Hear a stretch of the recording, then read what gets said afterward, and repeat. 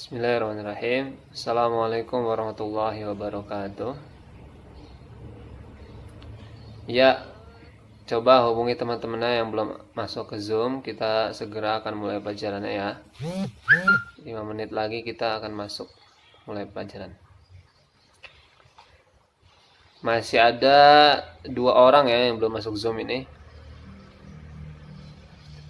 Tolong yang belum aktifkan kamera silahkan diaktifkan.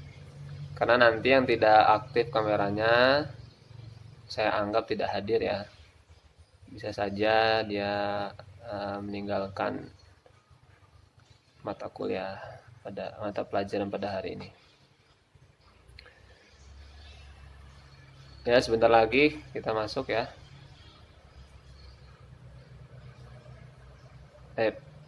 Kita mulai dengan baca Bismillah bersama dan doa sebelum belajar. Bismillahirrahmanirrahim. Raditu billahi rabba wa bil islami dina wa bi Muhammadin nabiyya wa rasula. Rabbi zidni ilma warzuqni fahma. Amin. Anak-anak, sebelum kita masuk ke pelajaran, saya akan mulai absen dulu ya. Ini saya catat siapa saja yang ada di screen record ini. Berarti kita ada 10 murid. Ini yang ada cuma 8 ya. Berarti 2 orang tidak masuk ini. Ahmad sama Toha ya, Mas Ahmad sama Mas Toha ini tidak masuk. Ya, pada kesempatan pagi menjelang siang ini, saya akan menyampaikan tentang Asy'ari, aliran Asy'ari, dan aliran Maturidi. Kemarin kita sudah bertemu dan sudah membahas apa itu Mu'tazilah, Jabariyah, Qadariyah. Nah, itu masih masuk termasuk ke pelajaran ilmu kalam. Kemudian ada aliran selanjutnya yaitu aliran Asy'ariyah. Ada aliran Asy'ariyah, ada aliran Maturidiyah. Sejarah aliran Asy'ariyah ya, nanti akan saya sampaikan, tolong dicatat yang penting karena insya Allah keluar pada ujian pekan depan ya.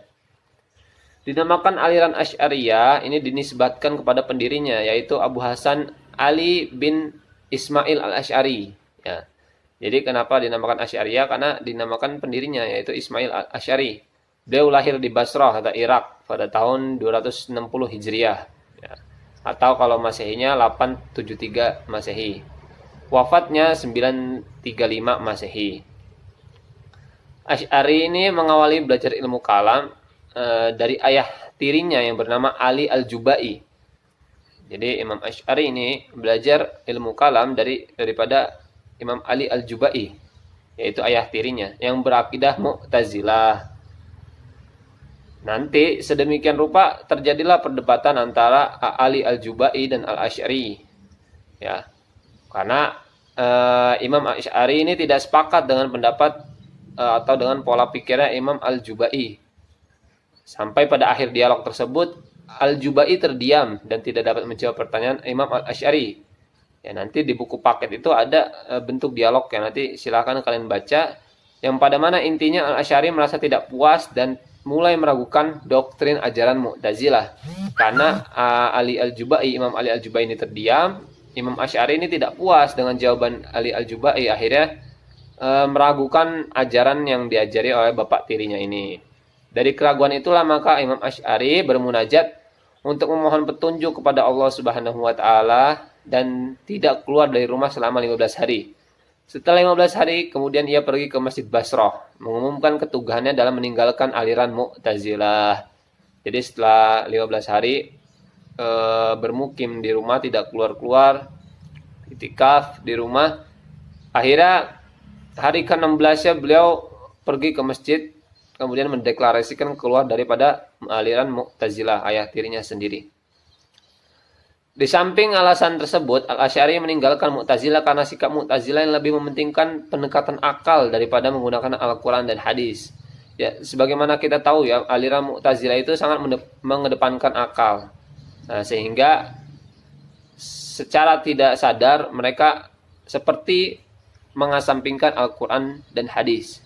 Untuk itu Imam Asy'ari mulai mengembangkan ajaran teologinya dengan mendahulukan dalil nakli, yaitu Al-Quran dan hadis, dan membatasi logika filsafatnya.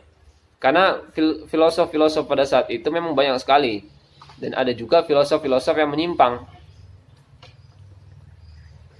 Cara pemikiran Abu Hasan al-Asy'ari ini menjadi mudah dipahami oleh kebanyakan orang karena ia berlandasan pada Al-Quran dan hadis ya, sehingga memperoleh pengikut serta pendukung yang banyak.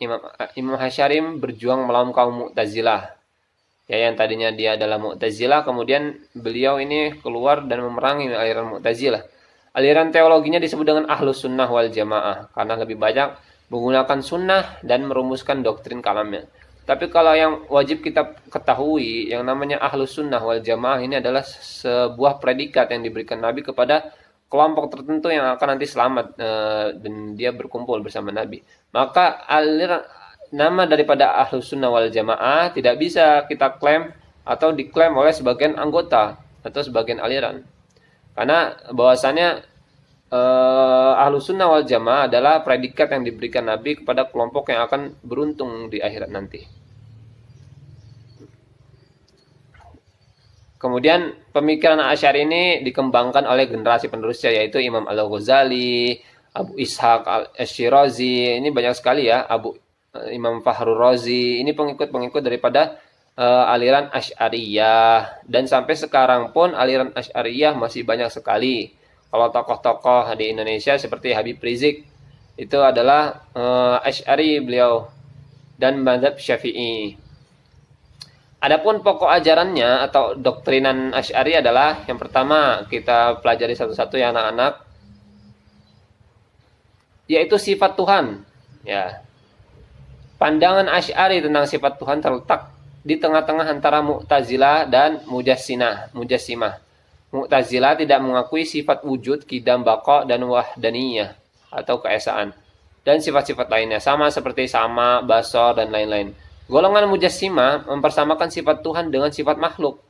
Jadi kalau kalau makhluk melihat seperti ini berarti Allah melihat seperti ini. Kalau makhluk mendengar seperti ini berarti Allah mendengar seperti itu. Ini adalah golongan Mujassimah.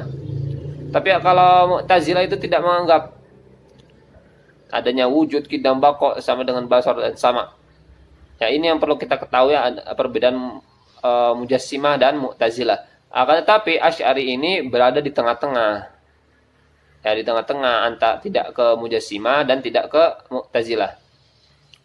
Asy'ari mengakui adanya sifat Allah ya, sesuai dengan zat Allah sendiri, namun sama sekali tidak menyerupai sifat makhluk. Ya, jadi Asy'ari ini di tengah-tengah. Allah dapat melihat tetapi tidak seperti penglihatan makhluk dan seterusnya. Ini adalah pendapat daripada aliran Asy'ariyah di tengah-tengah daripada aliran Mu'tazilah dan aliran Mujassimah.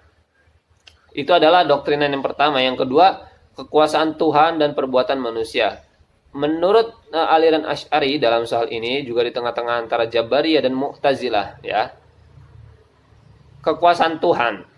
Ini Jabariyah dan Mu'tazilah tidak Asy'ari ini tidak mengikuti keduanya, tapi di tengah-tengah. Adapun kalau menurut Mu'tazilah bahwa manusia itulah yang mengerjakan perbuatannya dengan suatu kekuasaan yang diberikan Allah. Menurut Jabariyah, manusia tidak berkuasa. Jadi hanya Allah yang menciptakan sesuatu. Ya, ini kalau Mu'tazilah 100% itu manusia yang berbuat. Tapi kalau Jabariyah, manusia tidak berkuasa. Hanya Allah yang mengendaki sesuatu. Kemudian Imam Asy'ari ini berada di tengah-tengah. Maksudnya bagaimana? Mengatakan bahwa manusia tidak berkuasa menciptakan sesuatu, akan tetapi berkuasa karena memperoleh kasab dari Allah. Ya. Ini adalah pendapat daripada aliran Asy'ariyah yang perlu kita ketahui. Berbeda tentang kuasaan Tuhan dengan pendapat Mu'tazilah dan pendapat Jabariyah. Kemudian doktrin yang selanjutnya adalah keadilan Tuhan. Menurut Asy'ari, Tuhan tidak mempunyai kewajiban apapun untuk menentukan.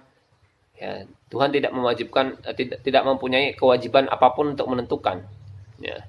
Sebab semua itu merupakan kehendak mutlak Tuhan, sebab Tuhan maha kuasa atas segalanya. Yang kelima adalah melihat Tuhan di akhirat. Nah, ini doktrinan daripada mazhab aliran Asy'ari. Menurut Mu'tazilah, Tuhan tidak dapat dilihat dengan mata kepala, ya. Walaupun di surga, ini menurut aliran Mu'tazilah. Paham ini berlawanan dengan paham Asy'ari yang berpendapat bahwa Tuhan akan dilihat penduduk surga oleh hamba-hambanya, ya, yang soleh. Sebagaimana di Al-Quran surat Al-Qiyamah, ya, wujuhun yawma idzin nadirah ila rabbiha nadirah. Wajah-wajah orang mukmin pada hari itu berseri-seri, kepada Tuhannya lah ia melihat. Karena Mu'tazilah tadi kita sudah tahu, ya, Mu'tazilah sangat mengedepankan akal.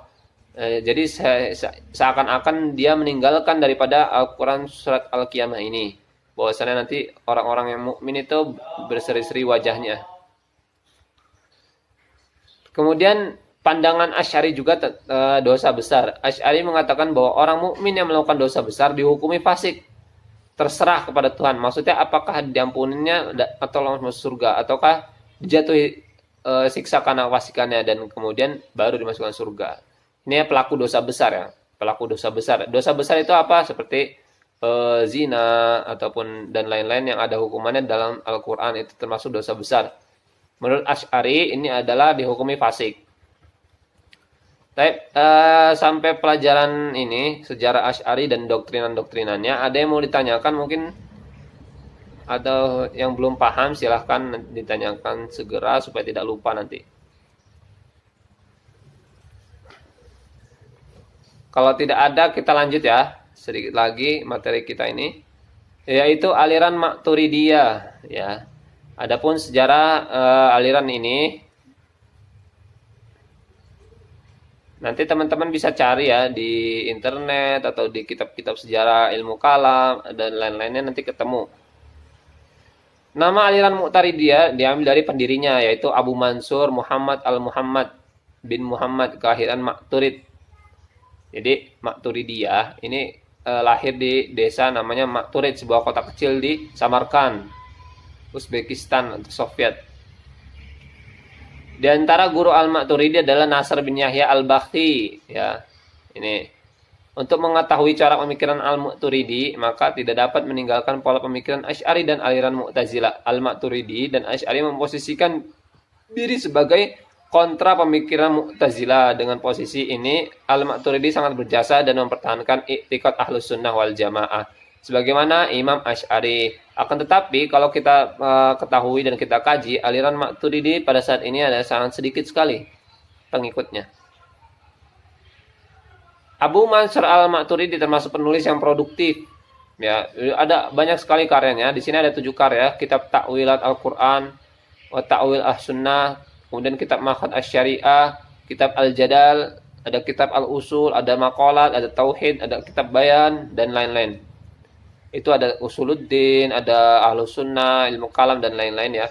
Kitab-kitab karyanya daripada pembesar-pembesar Maturidiyah. Adapun pokok ajarannya atau doktrin-doktrin daripada ajaran Maturidi adalah, yang pertama, kewajiban mengetahui Tuhan, ya. Itu yang pertama. Bisa dicatat sama adik-adik yang lain.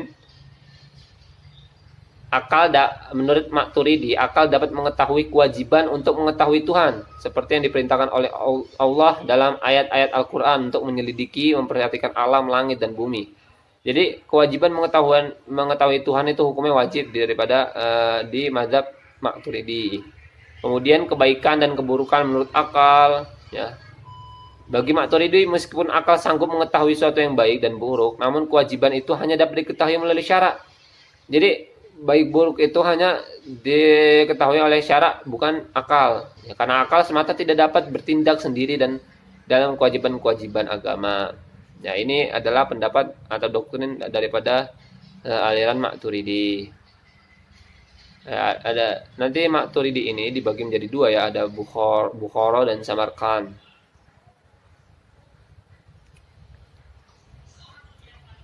Ya, itu tadi tentang sejarah Asy'ariyah dan sejarah Maturidiyah. dan ajaran-ajaran pokok daripada ajaran Asy'ariyah dan ajaran Maturidiyah. Nanti kalau saya tambahkan ke Maturidiyah Bukhara, takutnya kalian tidak ada yang masuk, nanti tidak nangkap. Jadi saya cukupkan ya dari sini. Tugasnya saya kasih sedikit tugas untuk kalian menyelidiki sedikit saja. Apa ya? Nama tokoh imam-imam ya, imam-imam besar dalam Islam yang mengikuti aliran Asy'ariyah. 5 tokoh. Kemudian 5 tokoh juga tokoh-tokoh umat Islam, ulama-ulama yang mengikuti aliran-aliran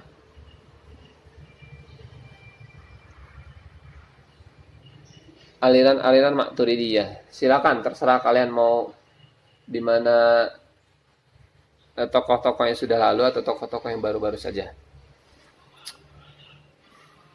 Jadi kesimpulannya Asy'ariyah dan Maturidiyah masih termasuk dalam ilmu kalam ya teman-teman. Masih dalam termasuk ilmu kalam. Insya Allah kita akan ulangan minggu depan. Minggu depan kita ulangan kecil-kecilan saja ya, ulangan santai. Tapi tetap mengerjakan tugas ini. Sebelum mengakhiri, kita akan tutup dengan doa kafaratul majlis ya. Baik, 1, 2, 3. Subhanakallahumma wa bihamdika asyhadu an la ilaha illa anta asyhadu an la ilaha illa anta astaghfiruka wa atubu ilaih. Mohon maaf kalau ada kurangnya, saya cukupkan sekian. Wassalamualaikum warahmatullahi wabarakatuh.